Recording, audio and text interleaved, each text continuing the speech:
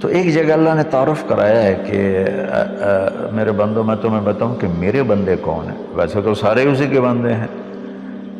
وما خلقت الجن والانس، انسان جنات سب کو اللہ نے پیدا کیا، لیکن اللہ تعالیٰ فرماتا ہے کہ مجھ سے تعلق جن کا ہے اور جنہیں میں کہہ سکتا ہوں کہ یہ ہیں میرے بندے، تو وہ سورہ فرقان میں ہے صرف 12 باتوں کی. 12 باتیں جس مرد عورت میں ہوں گی اللہ اس پہ مہر لگائے گا کہ میرا ہے. جب میرا ہے تو پھر اللہ تعالیٰ اس کے ساتھ معاملہ خاص کرے گا نا. تو اللہ تعالیٰ کہتا ہے میرے بندو میرا دین تو بہت بڑا ہے. 12 یہ 5 انگلیاں 10 اور یہ 2 12 کہ 12 باتیں اپنے اندر پیدا کر لو تم میرے بنو گے. پھر جو تمہاری طرف ہاتھ اٹھے گا اس سے میں کاٹوں گا، جو پاؤں اٹھے گا اس سے میں توڑوں گا، جو آنکھ اٹھے گی اس سے میں پھوڑوں گا. پر پہلے میرے بنو تو صحیح. وہ کیا ہیں؟ وعباد الرحمن الذین یمشون علی الارض ہونا. پہلی صفت کہ اللہ کہتا ہے میرے بندے کون ہیں؟ کہتا ہے جو زمین پر عاجزی اور تواضع اختیار کرے.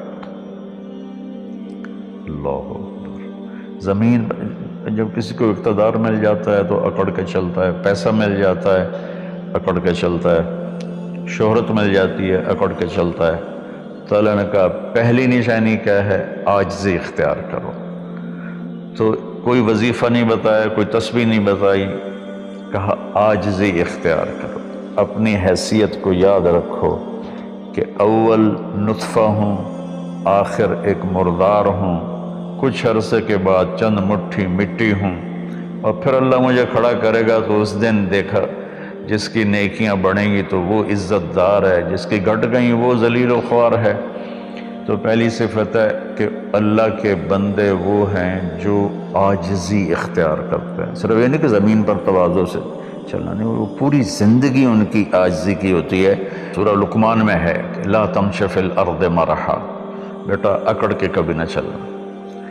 انک لن تخرق الارض ولن تبلغ الجبال طولا، کہ تو نہ تو پہاڑوں سے اوپر قد لے جا سکتا ہے، نہ ایڑی مار کے زمین پھاڑ سکتا ہے.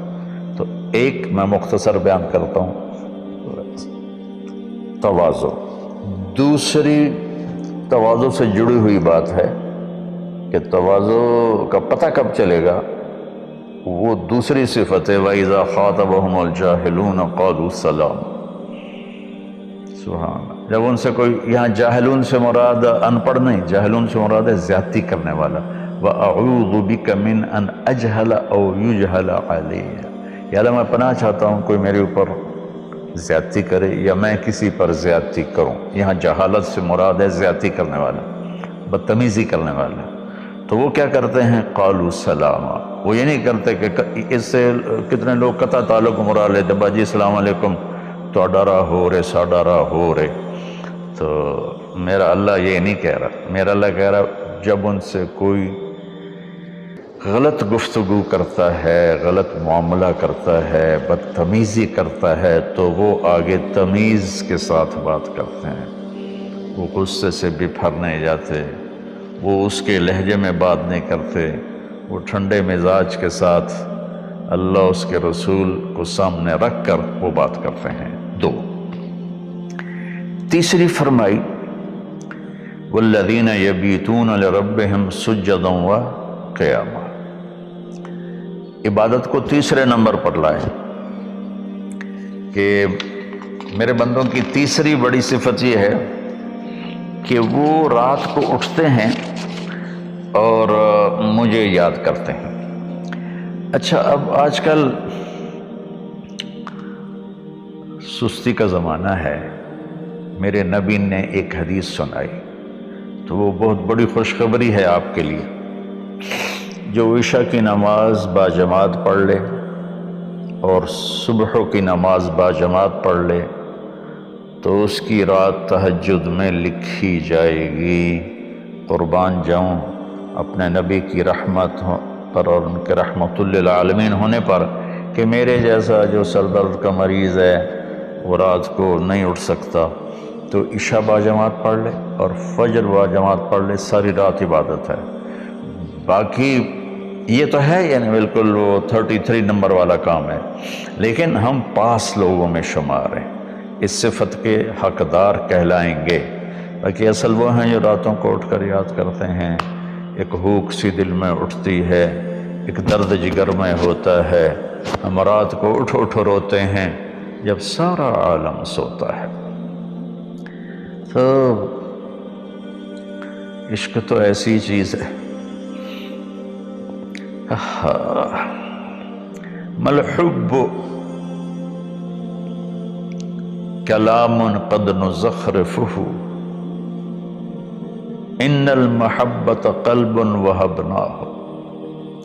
محبت ایسے نہیں کہتے کہ محبوب کو چکنی چپڑی باتیں کو، جی میں قربان جاؤں، میں صدقے جاؤں، میں واری جاؤں، آپ کے بغیر تو جی نہیں سکتا، باتوں سے نہیں کہ محبت ہے دل کو اس کے قدموں پہ نچھاور کر دو۔ بہت خوبصورت بات اللہ نے کی۔ تو جو لوگ ماشاءاللہ راتوں کو اٹھتے ہیں ان کو مبارک ہو، لیکن ہمارے جیسے کمزور بھی اس فضیلت میں ہیں۔ عشاء با جماعت پڑھ لو، فجر با جماعت پڑھ لو، اور پھر اللہ تعالیٰ پہ قربان جائیں کہ ان کی جو ہے نا دعا اللہ تعالیٰ بتاتا ہے، والذین یقولون ربنا اصرف عنا عذاب جہنم ان عذابها کان غراما۔ وہ اللہ ان کی دعا بتا رہا ہے کہ وہ کہتے ہیں یا اللہ ہم سے عذاب جہنم دور فرما، چونکہ یہ نہ ٹلنے والا عذاب ہے جو چمٹ جاتا ہے، اور وہ انہا ساءت مستقرا و مقاما، اور یا اللہ وہ بہت ہی برا ہے، بہت ہی برا ہے۔ تو تہجد اور دعائیں، دعا بہت بڑی طاقت ہے، بہت بڑی طاقت ہے، بہت بڑی طاقت ہے۔ ہم نے دعا ایسے ہی بنائی ہوئی ہے، فرض نماز کے بعد مولوی صاحب رٹے رٹائے جملے بولتے ہیں، ہم پیچھے آمین کہتے ہیں۔ دعا وہ ہے جو آپ تنہائی میں اللہ کے سامنے گڑ گڑا کر بولتے ہیں۔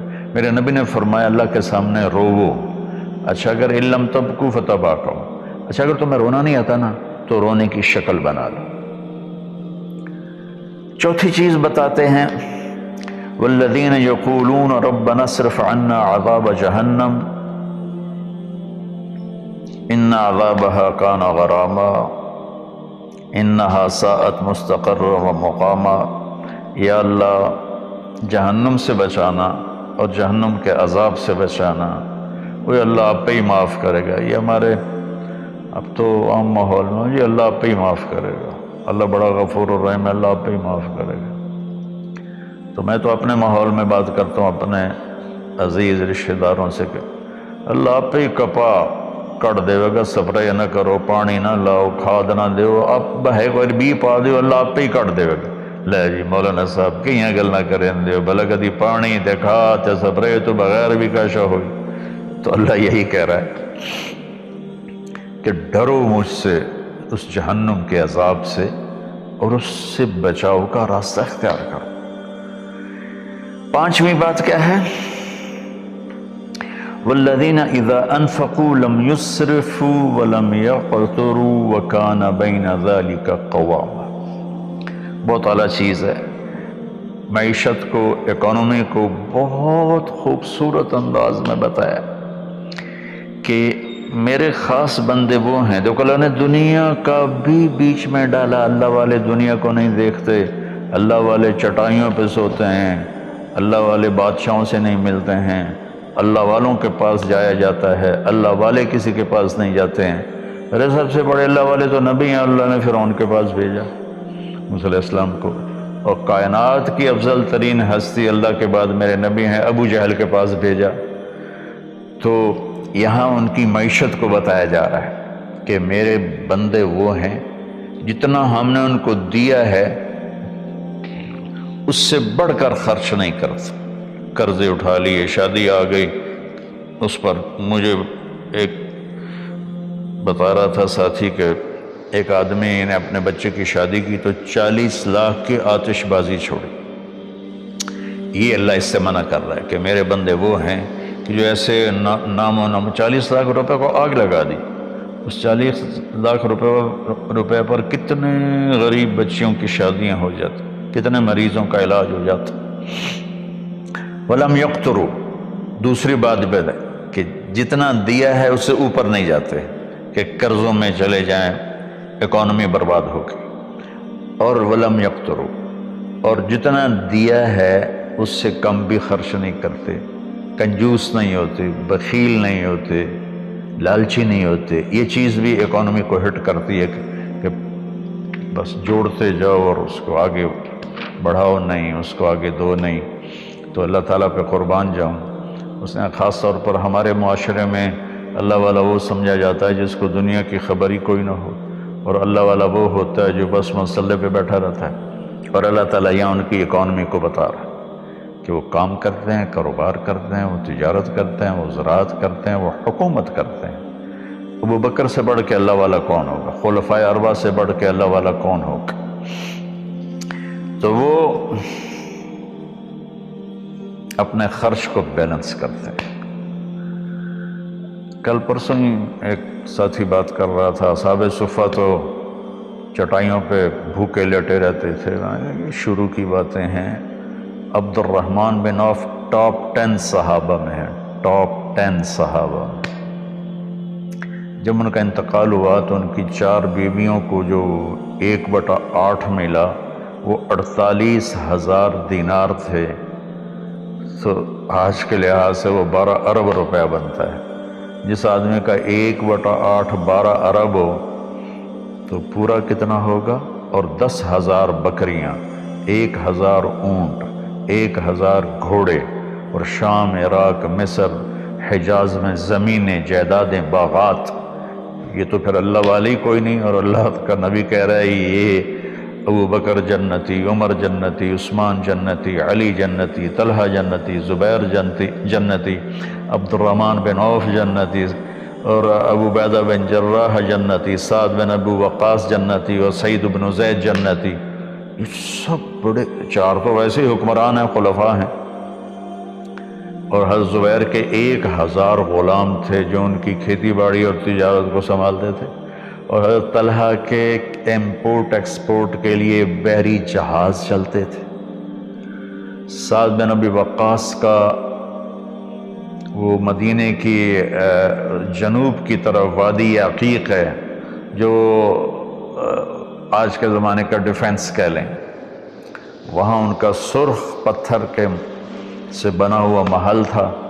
تو چونکہ پوری سیرت ہمارے سامنے نہیں تو بس وہ ایک ہی چیز دیکھتے ہیں کہ بس یہ اللہ والے تو پھٹے کپڑے ہوتے ہیں، اللہ والے تو کسی سے ملتے ہی نہیں، اللہ والوں تو ستو پھانک کے زندگی گزار لیتے ہیں. جب اللہ نے صحابہ کو مال دیا تو عثمان رضی اللہ تعالی عنہ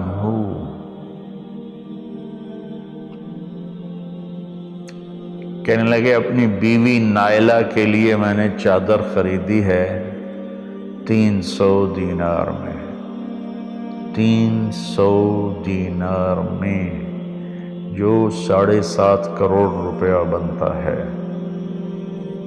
اور کہہ رہے ہیں کہ پتہ نہیں اسے پسند آئے گی کہ نہیں آئے گی. تو ہم بیچ میں دنیا کو نکال نہیں سکتے. یہ بڑی غلط تعبیر ہے اسلام کی. اس کے بعد کیا ہے ان کی صفت؟ 3 کٹھی بتائی ہیں، 6، 7، 8. میں آپ کو 5 بتا چکا ہوں. تواضع، عاجزی، اور برائی کا جواب اچھائی، اور راتوں کو اٹھ کے بندگی، اور اپنے کاروبار زندگی میں اعتدال اور بیلنس آف اکانومی تب ہوگا جب اخراجات کو کنٹرول کیا جائے گا. وہ ایک آدمی مجھے ملنے آیا تو کہنے لگا یہ اتنے کروڑ کی گھڑی اور میرے پاس گھڑیوں کا ڈھیر ہے، کروڑوں روپے، ہر گھڑی کی قیمت کروڑوں روپے ہے. تو یہ تو نادانی کی بات ہے نہ کہ کوئی فخر کی بات ہے. پھر اللہ تعالیٰ نے بتایا 3 صفتیں کٹھی بیان فرمائی. وہ کیا ہیں؟ والذین لا يدعون مع اللہ الہا آخر، جو توحید کا جام پیتے ہیں اور اللہ کے سوا کسی کو اس کا شریک نہیں ٹھہراتا۔ دوسرا کیا ہے؟ وَلَا يَقْتُلُونَ النَّفْسَ الَّتِي حَرَّمَ اللَّهُ إِلَّا بِالْحَقِّ، جو ہمارے علاقے میں خاص طور پر جو قتل کی دشمنیاں ہیں، اور اپر پنجاب میں جو قتل کی دشمنیاں ہیں، گجرانوالہ کے ارد گرد، گجرات کے ارد گرد خاندانوں کے خاندان تباہ ہوتے، اور ایسی سرحدوں اور بلوچستان کے قبیلوں کے قبیلے تباہ ہو گئے، اور نمازی 5 وقت کے۔ اور میرا اللہ کہتا ہے جو کسی کو قتل نہیں کرتے سوائے حق ہے۔ حق ہے، کوئی زانی پکڑا جاتا ہے اور شادی شدہ ہے اور 4 گواہ اس پہ لگ جاتے ہیں، ہم اس کو قتل کرو۔ اور کوئی جنگ ہے کفر اور اسلام کی، جب اس جنگ میں جب سامنے آئے لڑائی کرنے والا اسے قتل کرو۔ لیکن جیسے آج کل ہمارا ماحول ہے، قتل قتل قتل قتل، بھائیو اللہ کہہ رہا ہے جو میرے بندے ہیں نا وہ کسی کو ناجائز قتل نہیں کرتے۔ تیسرا کیا فرمایا؟ وَلَا يَزْنُونَ، زنا نہیں کرتے۔ زنا کیسے پھیلتا ہے؟ بے حیائی سے، جو چند دن پہلے میں نے بات کی تھی، تو کچھ لوگوں نے برا منایا، باقی تو اکثر میں ایکسیپٹ کیا، زنا بے حیائی سے پھیلتا ہے۔ اللہ کہتا ہے قُلْ لِلْمُؤْمِنِينَ يَغُضُّوا مِنْ أَبْصَارِهِمْ وَيَحْفَظُوا فُرُوجَهُمْ، ایمان والوں سے میرے محبوب کہو کہ آنکھیں نیچی رکھیں اور زنا سے اپنے آپ کو محفوظ رکھیں۔ سیم آیت وَقُلْ لِلْمُؤْمِنَاتِ يَغْضُضْنَ مِنْ أَبْصَارِهِنَّ وَيَحْفَظْنَ فُرُوجَهُنَّ، اور ایمان والی عورتوں سے کہہ دو کہ اپنی نظریں نیچی رکھیں اور اپنے آپ کو اس فحاشی اور بدکاری سے بچائیں۔ انسان جذبات کا پتلا ہے، اس کے سامنے جب بے حیائی ہوگی تو وہ یقیناً اس کے غلط جذبات ابھریں گے۔ اس لیے میرے اللہ نے، میرے نبی نے ہمیں ایک پاکیزہ اور حیا والی شریعت عطا فرمائی، اور اللہ کا فضل ہے امت کے اندر کہیں حیا چھپا ہوا ضرور ہے۔ خاص طور پر میں اپنے ان بھائیوں سے کہوں گا جو شادی کرنے کے بعد بھی الگ عورتیں رکھی ہوتی ہیں، اللہ کی قسم میں بڑے دکھ اور شرم کے ساتھ یہ بات کر رہا ہوں، کوئی میں ہٹ نہیں کر رہا ہوں، کہ میرے بھائی جو شادی کر کے بھی اور عورتوں سے تعلق رکھتے ہیں، اور اس سے بھی گری ہوئی بات ہے میری بہنیں جو شادی کے بعد بھی غیر مردوں سے تعلق رکھتی ہیں۔ یہ ہے ہمارے معاشرے میں، اللہ اس سے ہمیں بچائے۔ تو پھر آگے اللہ کہتا ہے اگر تم نے یہ کام کیا وَمَن يَفْعَلْ ذَلِكَ، اگر تم یہ تینوں کام کرو گے، زنا کرو گے، قتل کرو گے، شرک کرو گے، يَلْقَ أَثَامًا، بہت بڑا گناہ ملے گا، يُضَاعَفْ لَهُ الْعَذَابُ يَوْمَ الْقِيَامَةِ، بہت بڑا عذاب ہوگا، وَيَخْلُدْ فِيهِ مُهَانًا، اور ہمیشہ اس میں رہنا پڑے گا۔ لیکن إِلَّا مَن تَابَ، سوائے اس کے جس نے توبہ کر لی، وَآمَنَ، اور ایمان لایا، وَعَمِلَ صَالِحًا، اور اس نے اچھے عمل اختیار کیے۔ اب آگے خوشخبری سننا، اللہ یہ نہیں کہہ رہا اللہ ان کو معاف کر دے گا، اللہ کہہ رہا فَأُولَٰئِكَ يُبَدِّلُ اللَّهُ سَيِّئَاتِهِمْ حَسَنَاتٍ وَكَانَ اللَّهُ غَفُورًا رَحِيمًا۔ اللہ تعالیٰ فرما رہے ہیں کہ ہائے ہائے، اگر تم توبہ کر لو گے نا، ایمان لے آؤ گے، اچھے عمل کرو گے، تو میں صرف تمہیں معاف نہیں کروں گا، تمہاری برائیاں مٹا کے وہاں نیکیاں لکھ دوں گا۔ واہ قربان میرے مولا، کہتے معاف نہیں کروں گا، معاف بھی کروں گا اور تمہارے گناہوں کی جگہ نیکیاں لکھ دوں گا۔ یا اللہ ایسا کیوں کرو گے؟ اس لیے کہ میں غفور الرحیم ہوں۔ تو من تابا وعمل صالحا فإنہ یتوب الی اللہ متابا۔ آگے اللہ نے بتایا کہ توبہ کرنے والا ہے کون؟ جو توبہ کرنے کے بعد اپنے عمل کو بدلتا ہے، اچھا کرتا ہے، یہ ہے صحیح توبہ کرنے والا۔ لیکن ایک خوشخبری سنا دو، مثلا ایک آدمی کی توبہ کر کے توڑ دیتا ہے۔ چند دن پہلے ایک نوجوان کا فون تھا، روز نے دھاڑے ماری کہ جی توبہ کرتا ہوں، پھر 15 دن بعد ٹوٹ جاتی ہے، پھر توبہ کرتا ہوں، پھر 15 دن بعد ٹوٹ جاتی ہے۔ میں کہا توبہ کرتے ہو؟ کہتا جی کرتا ہوں. میں نے کہا معاف ہے. وہ انسان ہی نہیں جس سے خطا نہ ہو، وہ انسان ہی نہیں جو بھولے نہیں. تو میرے اللہ نے توبہ کی کوئی لمٹ نہیں رکھی، نہ عدد نہ عمر. بھائی تو 60 سال کا ہو گیا ہے، تجھے حکومت پاکستان ریٹائر کرتی ہے، ہم بھی تیری توبہ قبول نہیں کریں گے. یا بھائی تو 3 دفعہ کر چکا ہے گناہ، اب ہم تیری توبہ قبول نہیں کریں گے. اللہ تعالیٰ کہتا ہے لو بلغت الذنوب عنان السماء ثم استغفرتنی غفرت لک ولا ابالی. میرے بندے میں اتنا بڑا رحم کرنے والا ہوں، تم ایک عورت یا ایک مرد اتنے گناہ کرو کہ زمین پہ رکھتے رکھتے رکھتے رکھتے آسمان کی چھت کو لگا دو، پھر ایک دفعہ کہو یا اللہ معاف کر، تو میں ساری معاف کر دوں. ہمارا اللہ بڑا پیارا اللہ ہے. اچھا، 9ویں صفت کیا ہے ان کی؟ والذین لا یشہدون الزور واذا مروا باللغو مروا کراما. اس کا ایک ترجمہ تو یہ ہے کہ جہاں گندی محفل ہو اور شرابی کی محفل چل رہی ہے، یا کوئی ناچ گانے کی محفل چل رہی ہے، یا کہیں کسی کی غیبت ہو رہی ہے، برائی ہو رہی ہے، کسی کو ظلم ہو رہا ہے، تو وہ اس میں شامل نہیں ہوتے، چپ کر کے دائیں بائیں سے نکل جاتے ہیں. دوسرا ترجمہ یہ ہے کہ جو جھوٹی گواہی نہیں دیتے، جو جھوٹی گواہی نہیں دیتے. اچھا، اس میں ایک بڑی اور خوبصورت بات ہے، مروا کراما وَإِذَا مَرُّوا بِاللَّغْوِ مَرُّوا کراما. میں دیکھوں گا شراب پی رہے ہیں بچے تو میں کہوں بدبخت نامراد ذلیل کمینے شرابیں پی رہے ہیں، چرس بیچ رہے ہیں یا چرس پی رہے ہیں، میرا یہ معاملہ ہو. لیکن مرو کرا، جب وہ کسی غلط محفل کو دیکھتے ہیں تو عزت کے ساتھ گزر جاتے ہیں، یعنی اپنا دامن بھی بچاتے ہیں، اور جو برائی کر رہے ہوتے ہیں ان کو بھی حقیر نہیں سمجھتے. میں اپنے دیندار طبقے کے سامنے ہاتھ جوڑتا ہوں کہ غلط راہوں پہ چلنے والوں کو حقیر نہ جانیں، ان سے نفرت نہ کریں، ان سے پیار کریں. میں اپنے گاؤں میں ہوں، تلمبا 3 کلومیٹر ہے، 250 طوائفیں ہیں. ان کو صرف بیٹی کہنے پر ان کی زندگی کیا سے کیا ہو. وہ کچھ ان کا وظیفہ لگایا تھا تو ان کی زندگی کیا سے کیا ہو.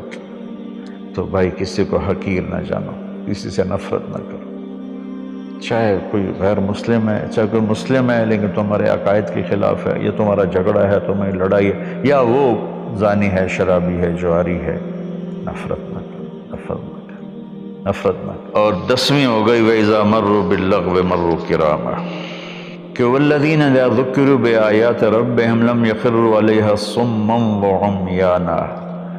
جب ان کے سامنے اللہ کی بات آتی ہے تو سننے سے انکار نہیں کرتے، یعنی آنکھیں بند نہیں کرتے، کان بند نہیں کرتے، کہ جیسے اندھے اور بہرے پر چیز پیش کرو تو اسے پتہ نہیں لگے گا. تو میرا اللہ کہہ رہا ہے کہ جب ان کے سامنے میری بات آتی ہے، میرا قرآن آتا ہے، میرے نبی کا فرمان آتا ہے، تو اندھے بہرے نہیں ہوتے بلکہ غور کر کے سنتے ہیں، غور کر کے سنتے ہیں. تو اللہ ایک ان کی صفت یہ بتا رہے ہیں کہ وہ اللہ کا کلام سنتے ہیں تو تاثر لیتے ہیں اور اپنے آپ کو بدلتے ہیں اور اپنے گناہوں پر باقی نہیں رہتے، بلکہ اپنے آپ کو توبہ کرتے ہیں اللہ کے سامنے. پھر جب توبہ ٹوٹ جائے پھر رو دھو کے توبہ کرتے ہیں. 11. 12ویں صفت کیا ہے؟ سبحان اللہ، واہ جی واہ. اللہ والوں کو تو بیوی بچوں کی بھی پرواہ نہیں ہوتی. اللہ والوں کے گھروں میں تو فاقے ہوتے ہیں. اب یہ اللہ والوں کی بات بتا رہا ہوں. والذین یقولون ربنا ہب لنا من ازواجنا وذریاتنا قرۃ اعین وجعلنا للمتقین اماما. سبحان اللہ. جو کہتے ہیں یا اللہ ہمیں ہمارے ازواج یعنی بیویاں، ہماری اولادیں ایسی دے جو آنکھوں کی ٹھنڈک بن جائیں، اور ہمیں متقین کا سردار بنا، امام بنا. اپنی وجاہت مانگتے ہیں، وجاہت۔ اچھا، حب، وہب، آتا، اعطا، تین لفظ ہیں دینے کے، آتا دیا، اعطا دیا، وہب دیا، لیکن تینوں کے مطلب الگ الگ ہیں۔ آتا کہ میں نے آپ کو ایک چیز دی، قلم دیا، لیکن آپ کو مالک نہیں بنایا، واپس لے سکتے، بے مت واپس کرو۔ آتا، میں آپ کو گاڑی دیتا ہوں تو میں آتا کا مطلب ہے کہ میں واپس نہیں لوں گا، یہ تمہاری پکی ملک ہو گئی۔ وہبا، میں تمہیں وہ چیز دوں گا جو تیرے خواب و خیال میں بھی نہیں ہوگی، تیرے تصور سے بھی بالا تر ہوگی۔ کیا مانگتے ہیں اللہ والے؟ یا اللہ میری بیوی ایسی ہو، اتنی اچھی ہو کہ میرے تصور سے بھی بالا تر ہو، میری اولاد ایسی ہو، اتنی نیک ہو، اتنی صلاحیت والے ہوں کہ میرے تصور سے بھی بالا تر ہوں۔ اللہ ہمیں یہ دعا سکھا رہا ہے، یہ نہیں کہا کہ مانگو آتے نہ، کہہ رہا ہے حب لنا، یا اللہ ہمارے گمان سے بھی اوپر کر کے بیوی اور بچے دے، اور ہمیں دنیا میں وجاہت دے، عزت دے۔ اس کا مانگنا انسانی حقوق میں شامل ہے۔ ہاں، ایسی وجاہت اور ایسی شہرت جس کے پیچھے شیطانی کام ہو وہ حرام ہے، ورنہ عزت نفس تو ہر انسان کو پیاری ہے۔ تو پھر اللہ تعالیٰ کہتا ہے قرۃ اعین، آنکھیں ٹھنڈی ہو جائیں۔ اس سے بڑی تعبیر پورے کلام عرب میں نہیں ہے اندر کی خوشی کی، آنکھیں ٹھنڈی ہو جانا۔ اس کا الٹا محاورہ ہے اسقط اللہ عینک، اللہ تیری آنکھیں گرم کرے، یعنی تجھے تکلیف دیکھنی پڑے، اللہ تیری آنکھیں ٹھنڈی کرے، یعنی تمہیں سکھ دیکھو، تم سکھ دیکھو۔ اور پھر آگے اللہ تعالیٰ کیا کہتا ہے اولئک یجزون الغرفۃ بما صبروا، یہ ہیں وہ جن کو صبر کے بدلے جنت کے بڑے گھر ملیں گے۔ وَيُلَقَّوْنَ فِيهَا تَحِيَّةً وَالسَّلَامًا، جس میں گاڈ آف آنر ان کو پیش کیا جائے گا، سلام کیا جائے گا۔ خالدین فیہا، اس میں ہمیشہ رہیں گے۔ حسنت مستقرا و مقاما، جو ہمیشہ کے لیے خوبصورت رہے گا، اس کا حسن بڑھتا رہے گا، اور تمہارا بھی قیام کبھی نہ ختم ہوگا۔ میری بات تھوڑی لمبی ہو گئی، معافی چاہتا ہوں، لیکن میرے دوستو اللہ کے واسطے جو کام کرو اللہ کے بندے بن کے کرو۔ سیاست کرنی ہے اللہ کے بندے بن کے کرو، تجارت کرنی ہے اللہ کے بندے بن کے کرو، ملازمت کرنی ہے اللہ کے بندے بن کے کرو، زراعت کرنی ہے اللہ کے بندے بن کے کرو۔ اللہ تعالیٰ مجھے بھی ان 12 صفات کا عمل کرنے والا بنائے اور آپ کو بھی۔ السلام علیکم۔